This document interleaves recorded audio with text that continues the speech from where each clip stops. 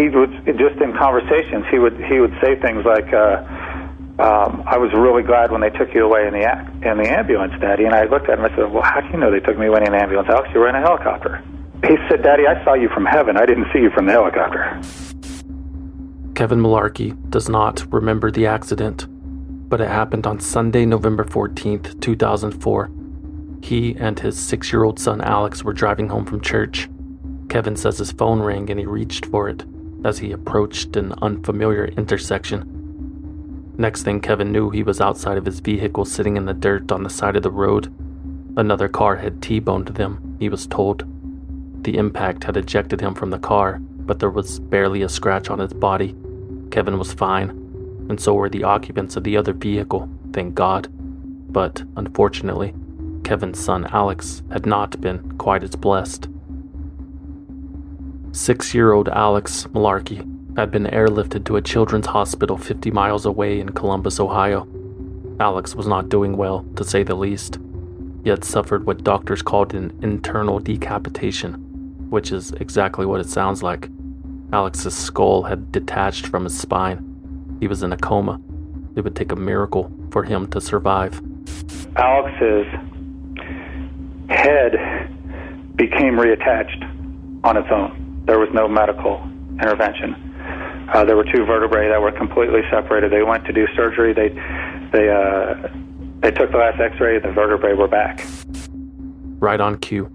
2 months later, Alex woke up, and eventually he began to communicate. According to Alex's parents, their son's head had reattached itself. They had witnessed a truly unbelievable recovery. Though Alex could no longer walk or move, he was a quadriplegic and probably always would be. There was still a long way to go, but maybe one day their son would be able to walk again, the Malarkeys hoped. Not to get ahead of themselves. All things considered, they were just happy Alex was alive. But he had already made so much progress. Anything was possible. God works in mysterious ways. For some reason I said, are there angels here? And his face just lit up. Funny you should ask, Mr. Malarkey. As a matter of fact, there were angels there. According to Alex, at least. You know, the 6-year-old boy who had just awakened from a 2-month coma induced by traumatic and life-altering injuries. The angels were right over there, the boy pointed. When he first started talking about it, I thought he had brain damage, Kevin Malarkey told the Sunshine Coast Daily. But apparently the more details of the afterlife Alex shared with his father, the more his father must have thought, hey, this kid is making a lot of sense. Because Kevin Malarkey began to document his son's descriptions of a spiritual journey to the other side. Alex recalled traveling through a bright tunnel after the accident. 5 angels with fantastic wings greeted him upon his arrival to the pearly gates. Alex said he had heard the most beautiful music emanating from the clouds. It was perfect, Alex assured. Quote, when I arrived in heaven, I was inside the gate. The gate was really tall, and it was white. It was very shiny, and it looked like it had scales like a fish. Alex remembered there being rivers and lakes and grass, believe it or not. And there were demons with green skin, long fingernails, nasty noses, and hair made of fire, a fact that should give all of us hope. Alex also claimed he had sat in the lap of Jesus Christ. The Lord and Savior himself assured the 6-year-old boy that his visit to the kingdom was only temporary. Jesus' dad, God, was there too, sitting on a throne near a scroll that outlined the end of times, at which Alex didn't even bother to take a peek. Not a fan of spoilers, I assume. I was in the presence of God, Alex professed. He had a body that was like a human body, but it was a lot bigger. I could only see up to his neck, because like the Bible says, nobody is allowed to see God's face or that person will die. Seems kind of rude. One time I asked him, I said, could you put what you saw in one sentence? And he said, heaven is what here was supposed to be. And another time I asked him, did you walk in heaven? He said, I don't know. And I said, why don't you know? And he said, because Daddy, when you see heaven, you don't look at yourself. This is beautiful. It was beautiful. So beautiful, in fact, that Kevin Malarkey was convinced that he should share his son's interdimensional trip with the world. Kevin co-authored a book with Alex called The Boy Who Came Back from Heaven. It was released 6 years after the accident. The book's publisher, Tyndale House, promoted it as a true story of an ordinary boy's extraordinary journey. As you see heaven and earth through Alex's eyes, the description read, you'll come away with new insights on miracles, life beyond this world, and the power of a father's love. Evangelicals everywhere ate it up. The Boy Who Came Back from Heaven sold over 1 million copies worldwide.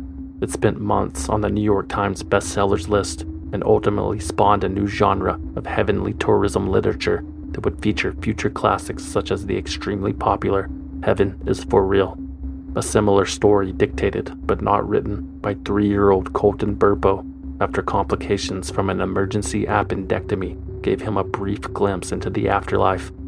In heaven, Colton claimed he had met the Virgin Mary and saw a rainbow-colored horse. Sounds pretty cool. While some fundamentalists criticized the works of Malarkey and Burpo as being biblically inaccurate, others, including human garbage can Laura Ingraham, latched onto the stories as proof that God exists. Back on the Laura Ingraham show, this book and the story of this young boy's journey back from what he says was heaven after a car accident is stunning. And it really does mirror in many ways the stories of others who have claimed these near-death experiences. And they describe similar circumstances of hovering over accident scenes, of a bright white light, some encounters with God. And this book, when it came to my attention, you just start reading it, you can't put it down. The Boy Who Came Back from Heaven, a remarkable account of miracles, angels, and life beyond this world. For all you doubters out there, I suggest you listen closely. That's right. Listen closely. None of it is true. Alex Malarkey did not die. He did not go to heaven. He said he went to heaven because he thought it would get him attention. We know this because in 2015, Alex Malarkey himself, at 18 years old, penned an open letter that was published on a conservative Christian blog that read, quote, I did not die. I did not go to heaven. I said I went to heaven because I thought it would get me attention. People have profited from lies and continue to. Amen. Look at this. A best-selling book recounting a 6-year-old's near-death experience is apparently completely fake, according to the boy himself. Alex Malarkey now says he made up the details in the book. It's called The Boy Who Came Back from Heaven. He said he did it because he wanted attention after a horrible car crash. In fact, Alex had expressed concerns about the book on multiple occasions in the 5 years since it had been published. According to his mother, Beth, Alex told his pastor that it was a work of fiction and needed to be stopped. That pastor brushed him off and told him not to worry about it because the book was, quote, blessing people. Alex did not write the book his mother later wrote, and it is not blessing him. Alex Malarkey had also posted a comment on a Facebook fan page decrying The Boy Who Came Back from Heaven. The moderators of the page deleted his comment and blocked him from the group. A good Christian would never let facts get in the way of a good story. Kevin Malarkey could attest to that. The book was his idea. He wrote it. He signed the contract. He relentlessly promoted it. And he earned $1 million for all of his hard work. But after Alex publicly denounced the story, the publisher pulled Kevin's seminal work from the shelves and he disappeared from public view. Behind closed doors, the Malarkey family was falling apart. In 2018, Kevin and Beth Malarkey divorced. That same year, Alex, now 21 years old, filed a lawsuit against the book's publisher for defamation and exploitation. The boy who never went to heaven alleged that he and his mother had never seen a dime of the book's profits. The judge dismissed most of the lawsuit's claims because Kevin Malarkey had signed the publishing contract on his son's behalf. In 2019, journalist Ruth Graham was finally able to convince Kevin Malarkey to tell his side of the story for an article published by Slate magazine. Kevin said that he still believed every word in the book that he wrote with his son, but any untruths that it might have contained were no fault of his own, concluding, quote, Alex either lied when he was 6 or when he was 18. Kevin also claimed that all of the money earned from the book was gone. The majority of it was spent on medical expenses and food, he said. Although Kevin did admit to giving $30,000 to his church, and losing another sizable chunk investing in a friend's startup company. Who would have thought Kevin Malarkey could be so easily convinced? Alex Malarkey remains a quadriplegic. He requires around-the-clock care and a diaphragm pacing system that helps him breathe on his own. Also, according to Alex, he and his mother are on the verge of homelessness. But he still has God's love in his heart, even if God has a funny way of showing it. Although The Boy Who Came Back from Heaven was proven to be a work of religious fiction, there was no denying that Alex's story had inspired many people around the globe. It gave people hope and validation. It was proof that there is something better waiting for all of us, a shiny gift from God at the end of an honest life of perpetual suffering. It's the same promise and bill of goods that's been sold under every steeple, on every swath of land, since man began to paint on cavern walls. Believe it, or burn in hell. British writer and self-proclaimed anti-theist Christopher Hitchens did not buy it. Oh, well, I think mockery of religion is one of the most essential things, because to demystify supposedly holy texts that are dictated by God and show that they are man-made, what you have to show their internal inconsistencies and absurdities. And one of the beginnings of human emancipation is the ability to laugh at authority. It's an indispensable thing. People can call it blasphemy if they like, but if they call it that, they have to assume that there's something to be blasphemed, some divine word. Well, I don't accept the premise. Mockery of religion is one of the most essential things, Hitchens proclaimed. Indispensable.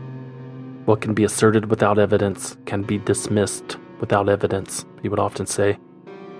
Christopher Hitchens dedicated his life and work to spreading the gospel of how religion poisons everything. To him, nothing was sacred. Nothing was off limits, including one of the world's most recognizable and beloved messengers of God. An Albanian nun's charitable endeavors in India are revealed to be political, fanatical, and fraudulent on this episode of Swindled. They bribed government officials, clear violations of federal and state law, clearly unethical, pay to play millions of taxpayer dollars that were wasted, paid tens of millions of dollars, $1 billion, dumping up its books and records to hide by falsifying its books and records, responsible for the collapse of the entire system. And in the thrall of some kind of swindle, is that right?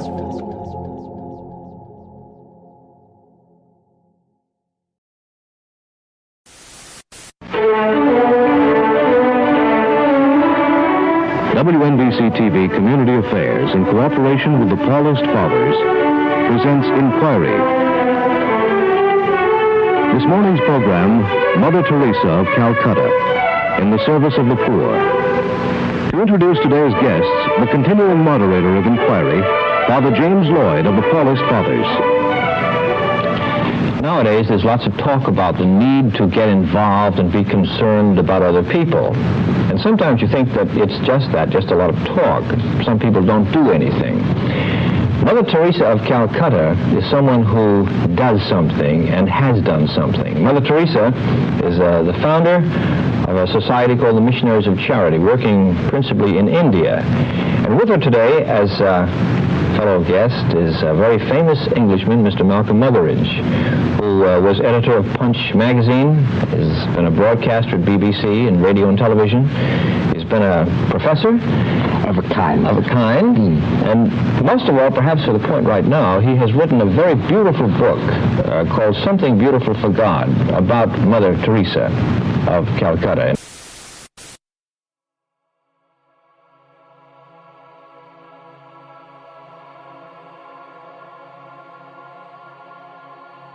In 1969, a world-famous British journalist and television personality named Malcolm Muggeridge traveled to Calcutta to interview his latest subject, an Albanian nun who he had heard was dedicating her entire life to serving the poorest of the poor. During a train ride in September 1946, Mother Mary Teresa said she had received a call from God to work in the slums. "Come, carry me into the holes of the poor," God told her. "Come be my light." I was to leave the convent and help the poor while living among them, Mother Teresa later recalled. It was an order. To fail would have been to break the faith. so Teresa left her position as headmistress at an affluent all-girls Catholic school in Calcutta, where she had taught for almost 20 years, claiming she could no longer ignore the poverty that surrounded her. In 1950, after completing a basic course in medicine, Mother Teresa took her compassion to the streets and founded the Missionaries of Charity. In 1952, she converted an abandoned Hindu temple into the first home for the dying. It was a place to die with dignity for those who had nothing.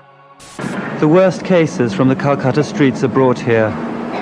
They are men and women who are destitute, who have no family or friends to look after them, who find themselves alone and sick or starving along the pavements of the city, on the threshold of death. Mother Teresa wants to provide a place for them to die in dignity and peace.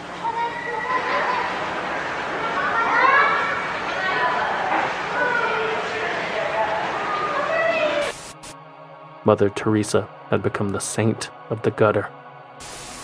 I never forget when I brought a man from the street.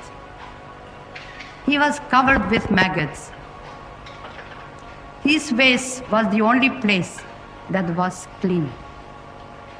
And yet that man, when we brought him to our home for the dying, he said just one sentence: I have lived like an animal in the street, but I am going to die like an angel, love and care. And he died beautifully. Journalist Malcolm Muggeridge needed to see this home for the dying for himself. He wanted to film on location for a documentary that he was producing about the nun. But when Muggeridge and his crew arrived at the home for the dying, they were disappointed to find that the lighting inside was insufficient for filming. They assumed most of what was shot would be too dark to use. However, when the crew returned to England to review the footage, to their surprise, all of the scenes inside of the home for the dying were perfectly visible. Ken McMillan, the cameraman on the scene, attributed the results to a new kind of ultra-sensitive film made by Kodak. It was surprising. You could see every detail. And I said, that's amazing, that's extraordinary. And I was going to go on to say, 3 cheers for Kodak. I didn't get a chance to say that, though, because Malcolm, sitting in the front row, spun round and said, it's divine light. It's Mother Teresa. You'll find that it's divine light, old boy. And 3 or 4 days later, I found I was being phoned by journalists from London newspapers who were saying things like, we hear you've just come back from India with Malcolm Muggeridge, and you were the witness of a miracle. According to Malcolm Muggeridge, the beautifully lit shots inside of the home for the dying were the result of a miracle. It was divine light from Mother Teresa. According to Muggeridge, there was simply no other explanation.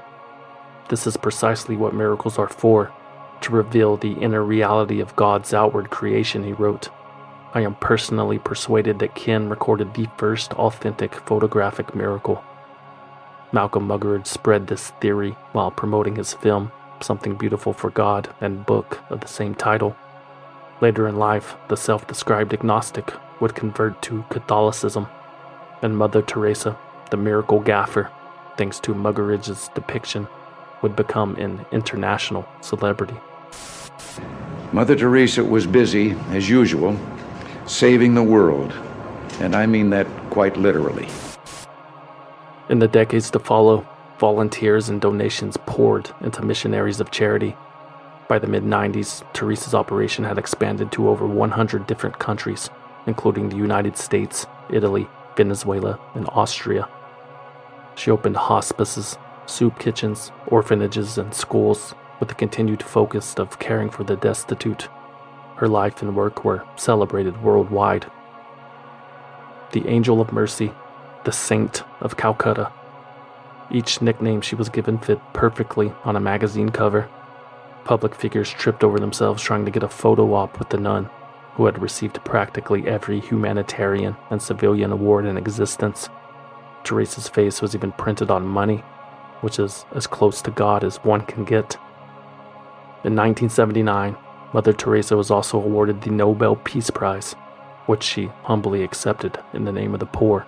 And I'm very happy to receive it in the name of the hungry, of the naked, of the homeless, of the crippled, of the blind, of the lepers, of all those people who feel unwanted, unloved, uncared, throwaway of the society, people who have become a burden to the society and are shunned by everybody.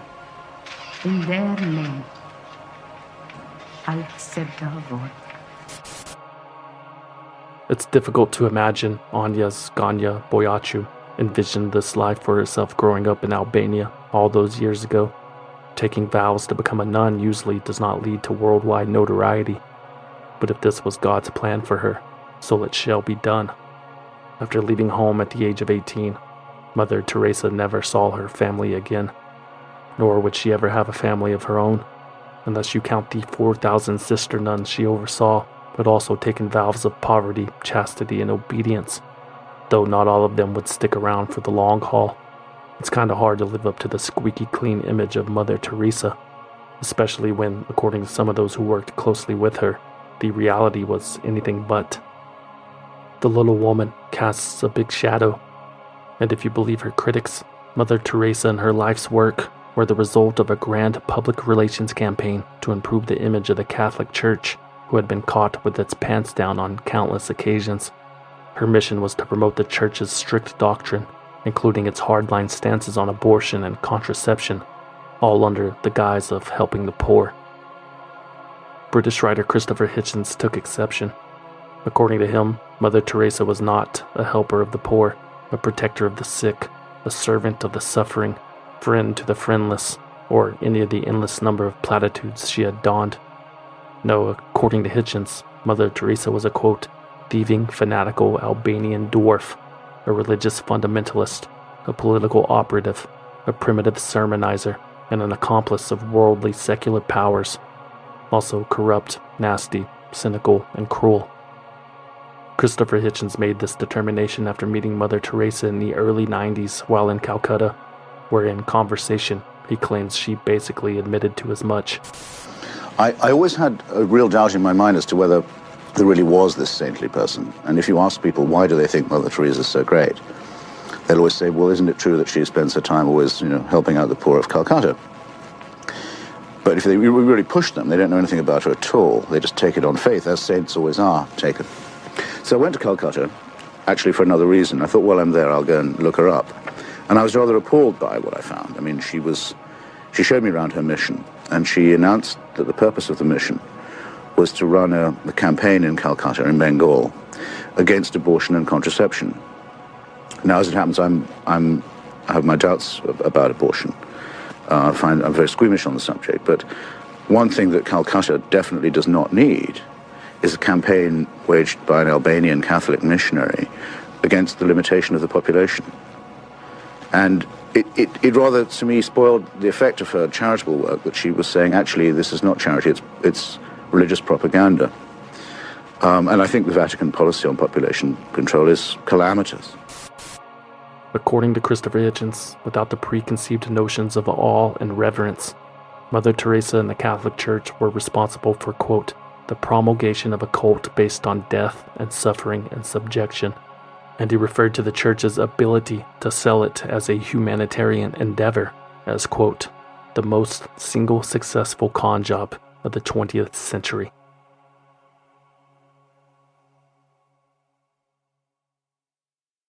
I was asked why someone of my natural tenderness and pudeur and fair-mindedness would... And by the way, one mustn't confuse fair-mindedness with objectivity. You know how people often do that in this culture. People say they think even-handedness is objectivity, or fairness is objectivity, or putting both sides. There's not. Objectivity is the search for truth, even if it leads you to unwelcome conclusions. It's nothing at all to do with impartiality. But none of these things apply in the case of Mother Teresa, because it's a simple matter of record that she was a fanatic and a fundamentalist and a fraud.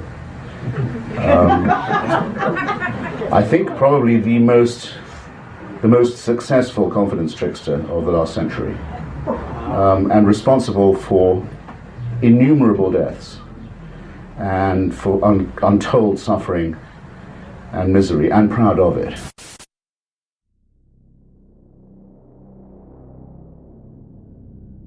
In 1994, a documentary highlighting criticisms of Mother Teresa aired on Channel 4 in the UK. It was called Hell's Angel, and it was hosted by Christopher Hitchens. Needless to say, it was not as merciful to the Angel of Mercy as Malcolm Muggeridge's preceding work. In the film, Hitchens alleged that Mother Teresa's intention was not to help people. He told CBS, quote, "It was by talking to her that I discovered, and she assured me that she wasn't working to alleviate poverty. She was working to expand the number of Catholics. She said, 'I'm not a social worker. I don't do it for this reason. I do it for Christ. I do it for the church.'" It's not untypical with people like her. She's a seller of indulgences to the very rich, while a preacher of resignation and submission to the poor, who she's helped to fleece. So it's a pretty long bill of indictment. This allegation centered on Teresa's seemingly disingenuous treatment of the people she claimed to care about the most. Hitchens has pointed out how the nun has spent her entire life in overpopulated India, of all places, opposing the only known cure for an impoverished population, which is, quote, "the empowerment of women and the emancipation of them from a livestock version of compulsory reproduction." Mother Teresa, who routinely referred to abortion as the greatest destroyer of peace, was a friend of poverty, Hitchens said, not a friend of the poor. Her rigid beliefs were only exacerbating the issue. If you can give women control over their rate of reproduction, and come back to that village in 10 years' time, everything will be better, right away. It's the only thing that works. If you can throw in a handful of seeds and a bit of credit as well, and generally try and funnel it through the mothers and the wives, it will be enormously better right away. But nothing else works, and if you don't do it, people die all the time very horribly, and they have appalling diseases like polio that they can spread to other people. Well, Mother Teresa spent her entire life saying that that solution was impermissible. She waged her entire life making sure that didn't happen. So I wish there was a hell to which she could go, because she has a lot of death on her conscience, and a lot of misery, and stupidity, and ignorance, and dirt, and filth, and disease as well. Too harsh? Check this out. Mother Teresa also believed that the poor and the sick should suffer like Christ on the cross. Her home for the dying was not to be confused for a hospice. There were 50 to 60 women patients in one room, 50 to 60 men in the other. They slept on small pallets merely inches away from one another. There was no heat in the building, and the water was unbearably cold. All chairs had been removed. No visitors allowed. No pain medications were offered either, even as the screams of people with terminal cancer echoed through the hallway. There was a sign above the morgue that read, "I am going to heaven today." Most of the patients could not wait to be wheeled through that door. Christopher Hitchens includes an anecdote in his book, The Missionary Position, about a man with cancer who was experiencing excruciating pain.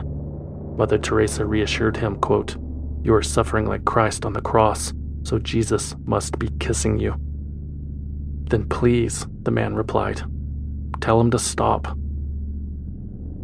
An early Missionaries of Charity volunteer named Mary Loudon also described a time when a 15-year-old boy with a very treatable kidney ailment was denied medical care.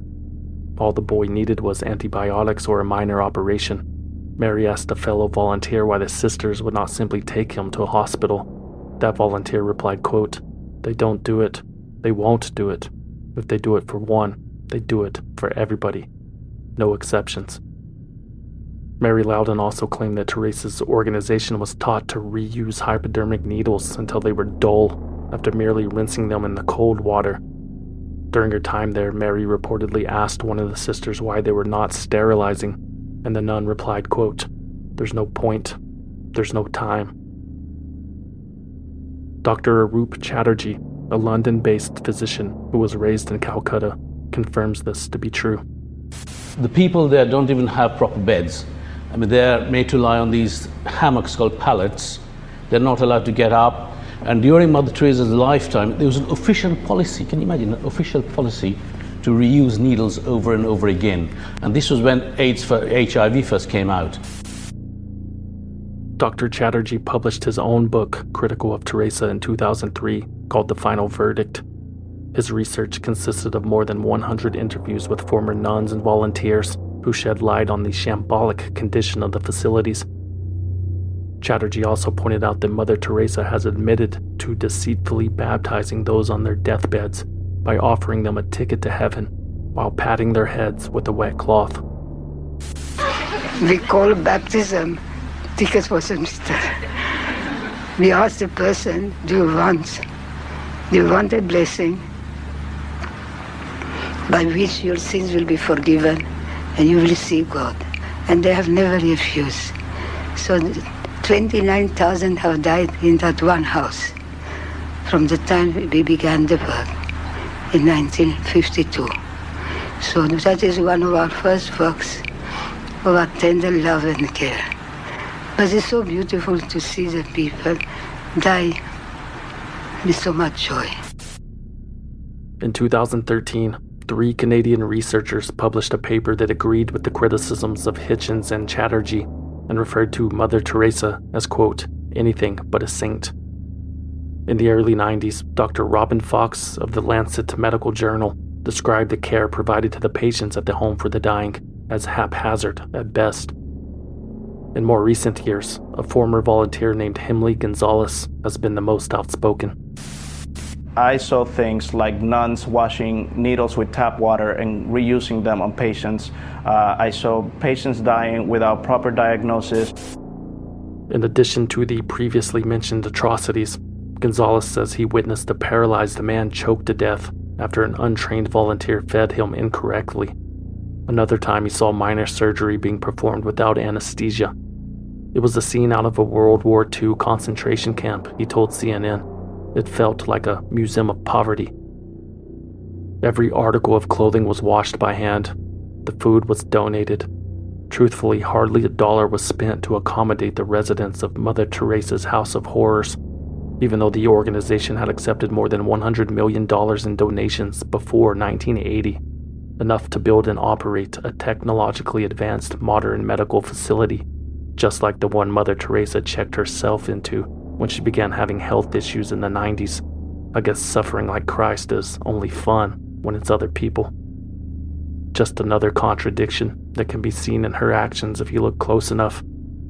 One day, Teresa was in Ireland, publicly supporting a ban on divorce and remarriage. The next, she was describing to the Ladies' Home Journal how pleased she was that her friend Princess Diana got out of hers. Rules for thee, not for me. Speaking of Princess Diana, she was quite a generous donor to the Missionaries of Charity. So were the Reagans and the Clintons and Yasser Arafat. So was Robert Maxwell, the suspected spy and fraudster who mysteriously fell out of his yacht in 1991. There's a photograph of Mother Teresa and Maxwell just hanging out inside of his London flat 3 months before his death. Teresa also accepted money from Michel Duvalier and her husband, Jean-Claude Baby Doc, the right-wing dictator of Haiti that stole millions from the penniless population and allowed the torture and murder of untold thousands of people. Mother Teresa told Madame President Duvalier that the country, quote, vibrates with your life work, and that she had never seen poor people be so familiar with their head of state as they were with her. Those poor people were hoping to become even more familiar with the Duvalier family, but they ultimately fled for their lives to the French Riviera. And there was also Charles Keating, the evangelical moral crusader, famous for getting Playboy magazine banned from the newsstand near his office and for stealing hundreds of millions of dollars in the Lincoln Savings and Loan scandal. Charles Keating gave Mother Teresa $1.25 million and the use of his private jet. In return, Teresa gave Keating a custom-made crucifix, some useful PR, and a character witness letter to Judge Lance Ito when Keating was eventually arrested. Part of the letter read, quote, I do not know anything about Mr. Charles Keating's work or his business or the matters you are dealing with. I only know that he has always been kind and generous to God's poor and always ready to help whenever there was a need. The deputy district attorney for Los Angeles wrote back to Mother Teresa, explaining that the money Keating gifted to her had been stolen from other people and suggested that the moral and ethical act would be to return it. Mother Teresa never replied. The other people you see getting on and off these jets advertise the fact that they're scumbags and grinders of the faces of the poor. She does it by saying, I'm doing this to do the poor a favor. And then she says, poverty is a gift from God. Suffering is a gift from God. Leprosy is a gift from God. The death of your child is because God loves the child and expects people to sit still for it. Well, not this reviewer. Catholic Church must have had big plans for that money. Covering up rampant pedophilia can't come cheap. But what those plans were exactly, nobody will ever know. Missionaries of Charity, although operating in more than 100 countries, has no financial oversight or transparency requirements. That's just another one of those exemptions you get, like not paying taxes, when you have God on your side. Most assume the money was stuffed in Vatican-controlled bank accounts around the world, while the nuns and residents took freezing showers and ate donated bread. Like Mother Teresa says, God always provides. However, we do know what Mother Teresa and the Catholic Church did not do with the estimated hundreds of millions of dollars that had been donated to her over the years. They did not offer any monetary aid to the victims of the disastrous floods that had devastated Calcutta. Instead, Teresa sent her thoughts and prayers and little medallions of the Virgin Mary, collector's edition, I hope. If not, it was still more than the victims of the Bhopal gas tragedy received from her, when an American corporation's exploitative business practices were revealed to be responsible for the leak that killed thousands and thousands of people. Mother Teresa offered the residents of Bhopal some advice. Forgive. Forgive. But surely, Mother Teresa's efforts, especially in India, resulted in a net positive for the world, right? Not necessarily, says Bakash Ranjan Bhattacharya, a former mayor of Calcutta. Teresa had, quote, no significant impact on the poor of this city. He said she glorified illness instead of treating it and misrepresented the city as a whole. Quote, no doubt there was poverty in Calcutta, but it was never a city of lepers and beggars. She was responsible for creating a negative image of this city. As a Calcuttan, I feel totally disgusted by it. So if all of these things were true, how did Mother Teresa get away with it for so long? How were people so shielded from the truth? Why is Mother Teresa so celebrated around the globe, especially in the West? Christopher Hitchens had a theory that he included in an article for Slate. Quote, the rich world has a poor conscience, and many people like to alleviate their own unease by sending money to a woman who seemed like an activist for the poorest of the poor. People do not like to admit that they have been gold or conned, so a vested interest in the myth was permitted to arise, and the lazy media never bothered to ask any follow-up questions. Many volunteers who went to Calcutta came back abruptly disillusioned by the stern ideology and poverty-loving practice of the Missionaries of Charity, but they had no audience for their story.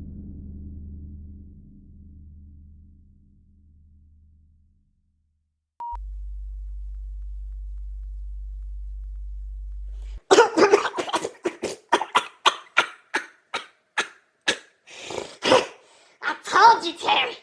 I got the assets. They're just ah, God damn. Hi, folks. As you can tell, I'm in a little bit of a pickle right now. I could really use your support. Head on over to patreon.com/swindledvideo, where you get access to bonus episodes and early access to new episodes for only $5 a month. Wait, what the hell? Please, no.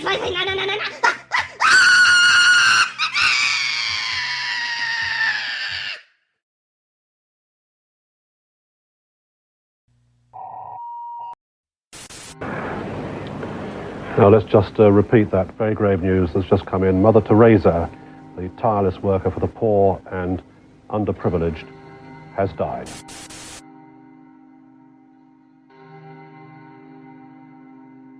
Mother Teresa's health issues began in 1983.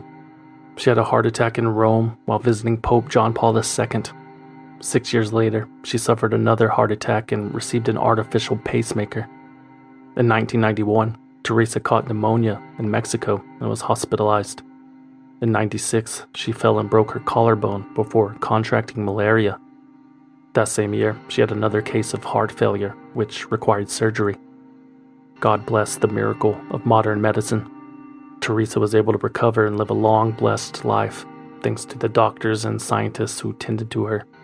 There are some people out there who would have just dumped her body on a dirty cot and waited for her to die. Suffer like Christ, they would have told her. However, Mother Teresa was reportedly never the same after the last surgery. She was bedridden and totally restless, according to Archbishop Henry de Souza. The doctor could not understand it, he said. She was pulling all of her wires out. So Archbishop de Souza says he ordered a priest to perform an exorcism on the frail old lady because he was worried that she might be under attack by the devil. And apparently it worked. De Souza says Teresa slept very well and was totally calm. She lived another 10 months, long enough to see her 87th birthday, before dying on September 5th, 1997, 5 days after Princess Diana was killed in a car accident. Even before her death, Mother Teresa was well on her way to sainthood. But on average, it takes the Catholic Church 180 years to complete the canonization process. That's because eligibility for sainthood requires proof of at least 2 posthumous miracles. But Mother Teresa was not like previous candidates. She must have rolled up her sleeves and started working as soon as she got to heaven and saw that rainbow-colored horse. I have been cured by Mother Teresa's blessings, not because of doctors' treatments, she says. I saw a spark of light emerge from Mother's photo and reflect on my tumor, she tells us. Later, a pendant given to her by one of Mother Teresa's missionaries was placed on that tumor. When I woke up at 5 a.m., I saw there was a photograph of Mother Teresa behind me. I told Sister that the big tumor in my stomach is no longer there. Then I showed everyone where the tumor was and the locket. In 2002, an Indian woman named Monica Besra claimed her stomach cancer was cured by placing a locket containing Mother Teresa's photograph onto the tumor. A beam of light shot out and the cancer disappeared. Miracle number 1 in the books. Never mind the fact that the doctor who treated Monica Besra disputed her account. It was not a miracle, he told the New York Times. She took medicines for 9 months to a year. The doctor also revealed that the woman did not have a tumor on her stomach like she had claimed. It was a cyst caused by tuberculosis. Monica Besra's husband agreed with the doctor. He told Time magazine that all the Mother Teresa talk was, quote, much ado about nothing. My wife was cured by the doctors and not by any miracle. Monica Besra's medical records could prove that her ailments were relieved with medicine.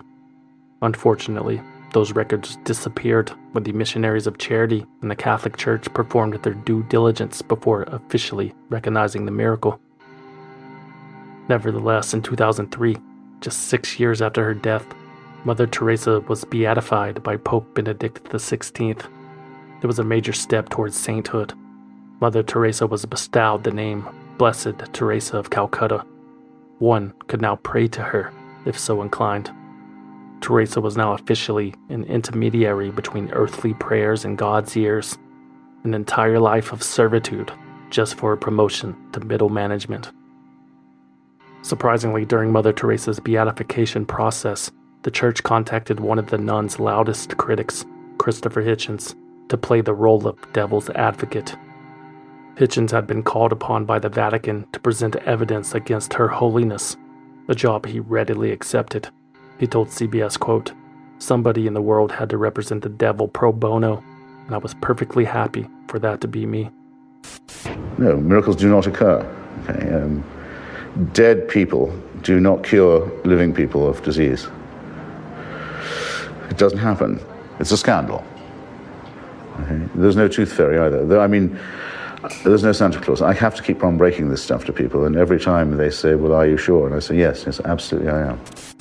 Dr. Arup Chatterjee was also asked to present evidence opposing Teresa's ascension to sainthood, but neither his nor Hitchens' criticisms would make a difference.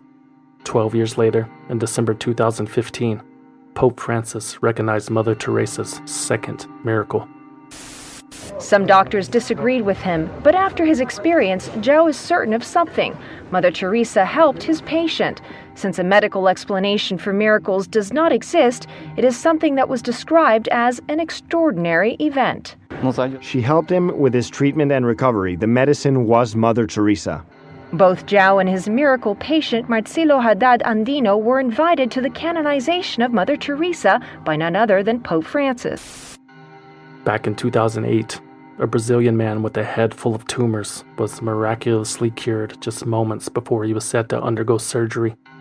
Apparently not even his own doctor could explain it, so it must have been God, the all-powerful, all-loving, supreme being in the sky, who apparently has the ability to directly cure any illness or affliction that might arise in his human pets, but just chooses not to most of the time.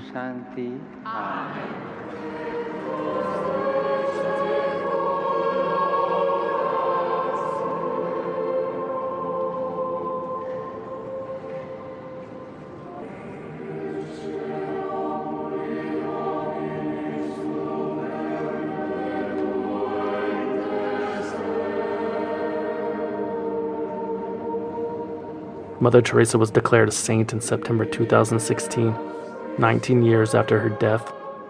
Meanwhile, the Missionaries of Charity empire she left behind continues to expand. There are more than 750 centers in 139 countries, staffed by more than 5,000 nuns. Its funding sources and finances remain shrouded in secrecy, but the charity does claim it has made vast improvements in hygiene since the departure of Saint Teresa. However, in 2018, Missionaries of Charity was back under the microscope when a nun and a staff member were arrested for selling babies to childless couples for as little as $600. Others paid more than twice that price, but depended on how much they could afford or how much they were willing to haggle. A spokesnun for the Missionaries of Charity expressed shock over the charges to the BBC, quote, "We are shocked to know what has happened in our home. It is completely against our moral conviction. We are carefully looking into this matter. We will take all necessary precautions that it never happens again, if it has happened." According to the Calcutta police, it has happened a lot. Between 2015 and 2018, 450 pregnant women were admitted in various homes run by the Missionaries of Charity, but there are only records for 170 childbirths and no information about the remaining 280. Also, during the investigation, it was discovered that in the past decade, Missionaries of Charity has spent 9.27 billion rupees, about $154 million US, on purposes other than those specified in donations, which is illegal according to Indian law. Authorities presume the illegal adoptions began more recently, in 2015, as a result of the Indian government changing the rules to more easily allow single, divorced, and separated couples to adopt children, a sentiment that the Catholic Church vehemently opposed. Those babies were better off without a parent, claims the Church, which most would find hard to believe. Mother Teresa herself might not have even believed it. Private letters released after her death revealed that the Saint of Calcutta experienced periods of darkness and doubt for over 50 years. "Heaven means nothing. To me it looks like an empty place," she wrote in a 1957 letter to the Archbishop of Calcutta. "Jesus has a very special love for you," she assured Reverend Michael Vanderpeet 3 months before she accepted the Nobel Peace Prize. "As for me, the silence and the emptiness is so great that I look and do not see, listen and do not hear. The tongue moves, but does not speak." Quote, "Where is my faith? Even deep down, right in there is nothing but emptiness and darkness. My God, how painful is this unknown pain? I have no faith. I dare not utter the words and thoughts that crowd in my heart and make me suffer untold agony." Christopher Hitchens was not surprised by Teresa's lack of faith. Maybe she had always been aware that she was nothing more than a marketing tool for the church. Only God truly knows. Christopher Hitchens died and went to heaven on December 15th, 2011. There's no word yet on his eligibility for sainthood. She really wished it was true. She tried to live her life as if it was true. She failed, and she was encouraged by cynical old men to carry on doing so because she was a great marketing tool for her church. And I think that they should answer for what they did to her and what they've been doing to us. I think it's been fraud and exploitation yet again.